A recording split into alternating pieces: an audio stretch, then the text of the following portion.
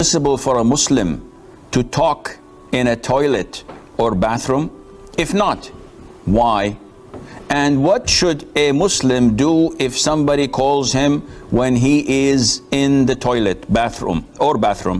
Is it permissible for him to answer?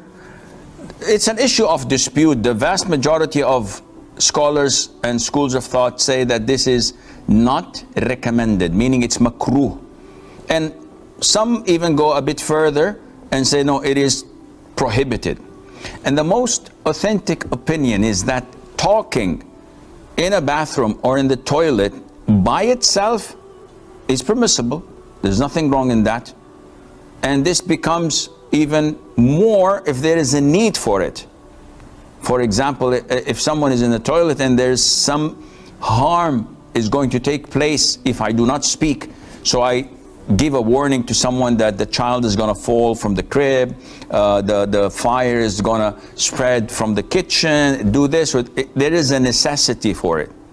However, this is different if a person is actually in the toilet to answer the call of nature.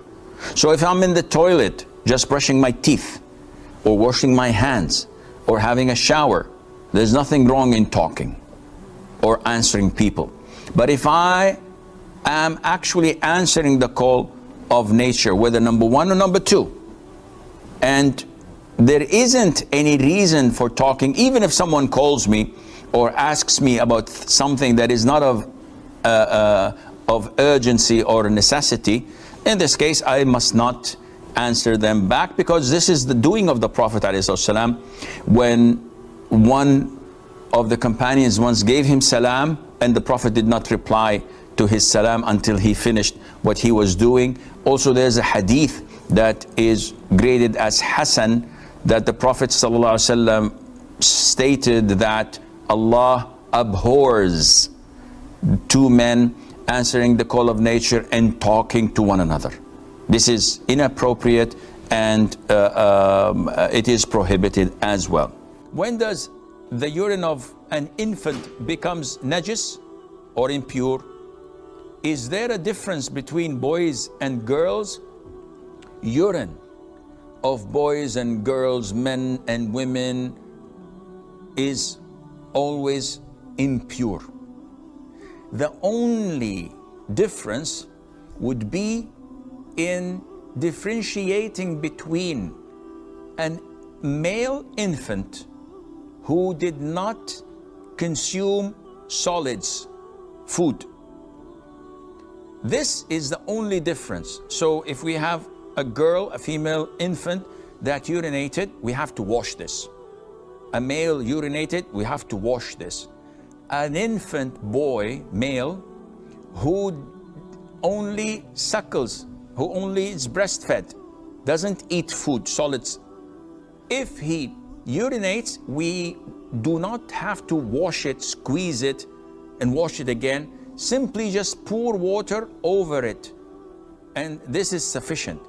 And this is the hadith where the Prophet ﷺ ordered that sprinkling and pouring water over the infant male urine is sufficient, providing he does not eat solid foods.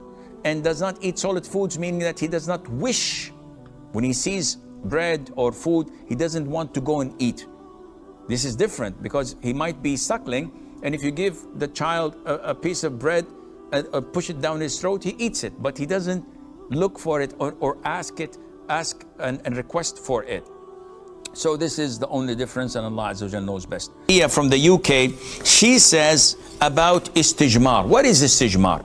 You know that when we answer the call of nature, we either wash the area or we use dry substances such as toilet paper, stones, etc. So using toilet paper is totally fine and legit, even if water is present. But this does not 100% purify the area, because it is dry substance. So there might be negligible amount of impurity remaining, or at least the smell or the color. So if someone sweats, works out, it may be apparent in a person's underwear. So does this impact his purity? The answer is no. As long when he used the toilet paper or the hard substance to clean the place where the impurity came out to the best of his ability, and then it came clean, whatever remains there is negligible, and Allah Azza wa Jal knows best.